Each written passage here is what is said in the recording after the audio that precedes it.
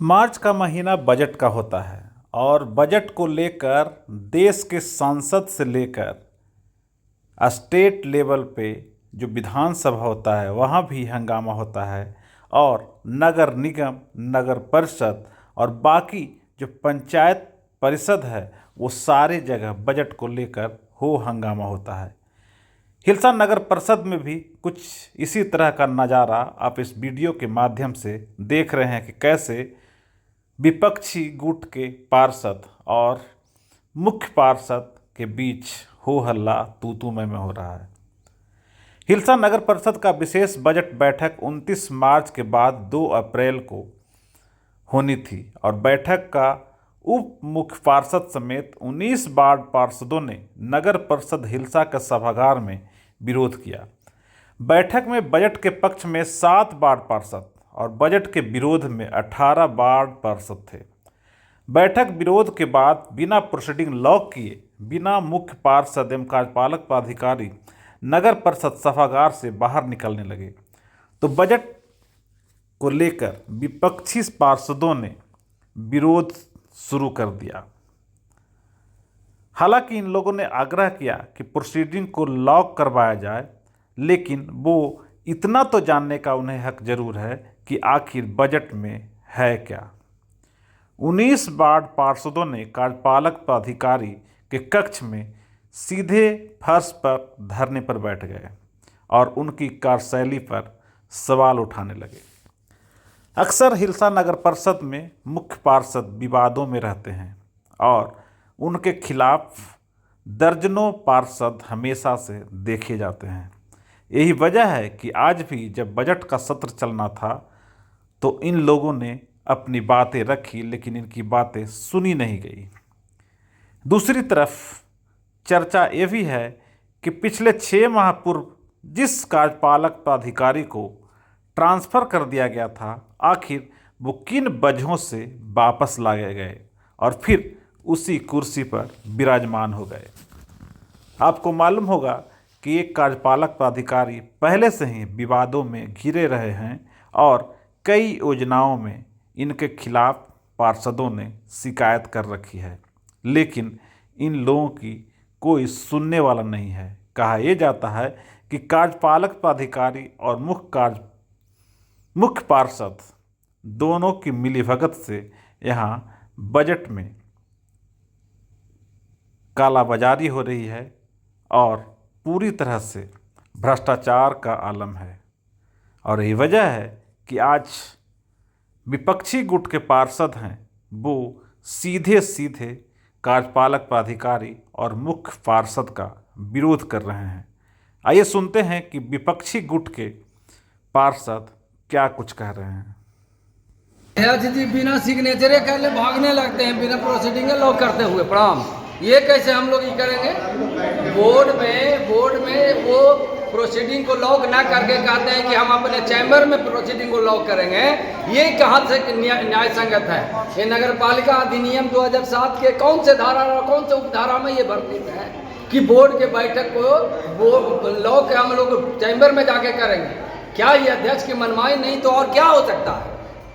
हम लोगों ने बजट के लिए कॉपी की बात की कि बजट की कॉपी हम लोगों को क्यों नहीं पहले देते हैं। जब तक आप हम लोग को पहले नहीं देंगे बजट की कॉपी, तब तक हम लोग सत्र में क्या चर्चा करेंगे? चर्चा किस विषय पे करेंगे कि बजट में आपने क्या तैयार किया नहीं किया? ये जानकारी होनी चाहिए ना। अपनी मनमानी हमारे बहुत सारे महिला पार्षद महोदया ने भी बहुत तरीके से रिक्वेस्ट किया कि महोदय हम लोगों को एक मौका दिया जाए इसे पढ़ने के लिए। ये कॉपी जो आज हम लोगों को मिला है ये पढ़ने के लिए मौका दिया जाए, एक मिनिमम 1 सप्ताह का मौका दीजिए। 1 सप्ताह में हम लोग पढ़ लेंगे और एक पुनः डेट आप तय कीजिए, उस दिन आकर के हम लोग इस पर विचार विमर्श करेंगे। तो ये एक भी सुनने के लिए अध्यक्ष महोदय नहीं देते हैं, अपना गाना गाते हैं, कुछ नहीं सुनते हैं और वो बोलते हैं जो हम चाहेंगे वही होगा। ये तो नगर परिषद हिलसा के सभी माननीय वार्ड पार्षद के लिए सम्मान। अभी भी हम लोग चेयर उनको रोके तब रुके, अभी भी भाग रहे थे प्रोसीडिंग को बिना लॉक किए हुए। ये पूर्व से ऐसा करते आए हैं, प्रोसीडिंग को कभी नहीं लॉक करते हैं और जो मन में आता है अपने नीचे चैम्बर में लेके आते हैं और जो मन में आता है वो करते हैं। तो नगर परिषद हिलसा का अपमान हम लोग नहीं सहेंगे। नगर परिषद हिंसा की जनता हम लोगों को नगर के विकास के लिए लाई है। इसके लिए हम लोग लड़ाई लड़ेंगे। नगर में जितना भी ये होता है जनता के लिए हम लोग काम करते हैं और करेंगे। बैठक स्थगित हो गया ना? बैठक हुआ, बैठक संपूर्ण हुआ। बिना बैठक को लॉक, बिना प्रोसीडिंग को लॉक किए अध्यक्ष महोदय जा रहे थे, तो हम लोगों ने रिक्वेस्ट किया कि लॉक बिना किए कैसे आप जाएंगे। वो लॉक किए, हम लोगों ने भी सिग्नेचर बनाया।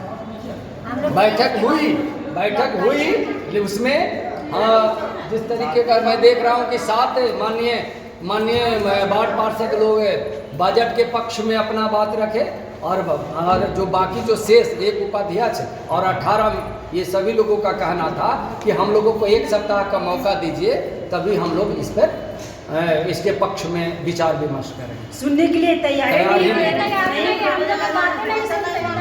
बैठक पूर्ण हुई है, लेकिन उसमें 7 ही लोग बजट के पक्ष में। बजट पास हुआ या नहीं? बजट पास नहीं हुआ। वो तो जब तक कोरम पूरा नहीं होगा तो कैसे पास होगा? 7 लोगों के हिसाब से बजट पास नहीं हो सकता। वार्ड पार्षद को अपमानित करते रहेंगे कार्यपालक पदाधिकारी। आप पीठ पढ़ के आए हैं, कार्यपालक पदाधिकारी जैसे सुशोभित जगह पे आपको सम्मान मिला है, बीपीएससी आप करके आए हैं, नया नगर निकाय के पदाधिकारी। क्या लोकतंत्र में यही है कि आप माननीय को अपमानित करें? कहाँ पढ़ा हुआ? आपको सम्मान करना उसमें निहित है या फिर अपमान करना निहित है? कौन बातें करते हैं? भारत के संविधान के खिलाफ है। ये आपका नगर परिषद आपके मन से नहीं चलेगा।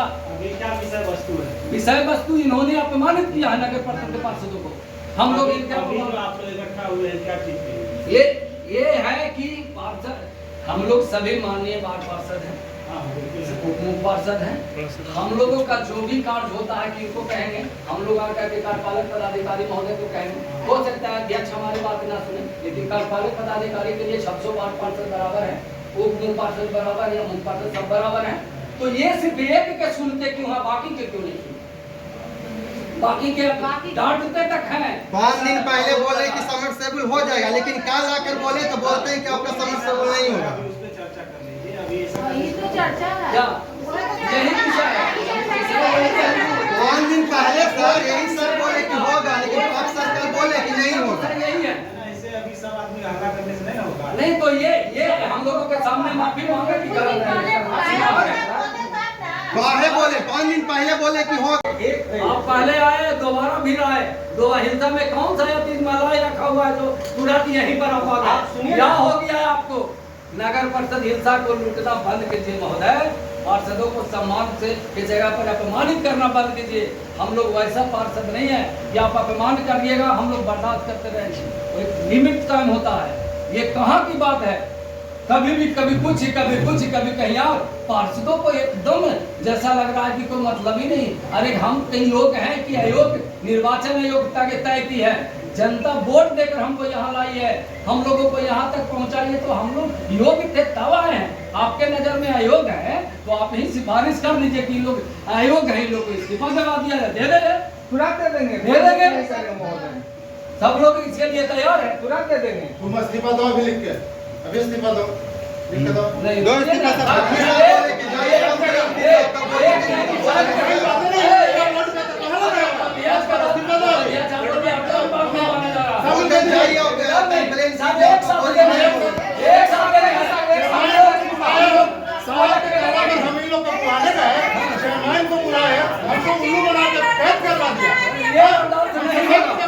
तो अब तक आपने सुनी राम कहन विपक्ष की। अब जरा मुख्य पार्षद की भी सुन लीजिए, वो क्या कह रहे हैं। कि बजट के आज बैठक था, लेकिन कुछ माननीय ने क्या मामला है वो तो हमको नहीं पता। अब उन लोग इस तरह से जिस तरह से आज हुआ उस तरह से कभी नहीं हुआ, और लगातार कई साल से बजट पास होते जा रहा है और सभी विषयों को हम लोगों ने इसमें रखा है। फिर भी क्या मामला है, कुछ लोगों ने इसका विरोध किया। अब बाकी देखिए क्या आगे होता है, बताया बैठक स्थगित हो गया ना? अभी नहीं बता सकते हैं, हम बताते हैं कुछ देर।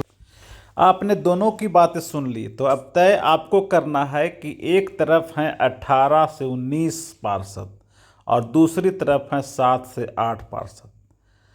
तो क्या आप मान सकते हैं कि जो गलत हैं उनकी संख्या ज़्यादा है और जो कम हैं वो सिर्फ सही हैं, और ये सब कुछ ठीक है तो कार्यपालक पदाधिकारी को जो सच्चाई के लिए लाया गया है, पारदर्शिता के लिए लाया गया है, आखिर उनकी भूमिका इस तरह की क्यों है और उन्हें आखिर क्या लालच है कि ट्रांसफ़र के बाद भी वो वापस उसी कुर्सी पर आ बैठे हैं जहां हर दिन उन्हें हंगामे का सामना करना पड़ता है।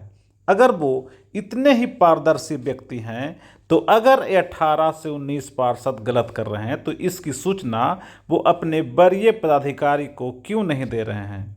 आखिर इनसे अगर नहीं संभल रहा है मामला तो इन्हें कायदे से अपने उच्च अधिकारी को सूचना तो जरूर देनी चाहिए, क्योंकि मामला किसी के आत्मसम्मान का है और मामला वित्तीय अनियमितता का है, बजट का है। और बजट में जो राशि होती है वो आम आवाम की होती है और खर्च का जिम्मा भले ही इन्हें दिया गया है, लेकिन उसका एक एक पैसे का मालिक आप कह सकते हैं कि आम जनता की होती है, क्योंकि वो बजट कहीं न कहीं जनता की कमाई से ही टैक्स के रूप में ली जाती है। हिलसा से संतोष की रिपोर्ट। अगर आपको ये खबर अच्छी लगी तो चैनल को सब्सक्राइब करना नहीं भूलें और बेल आइकन जरूर दबाएं।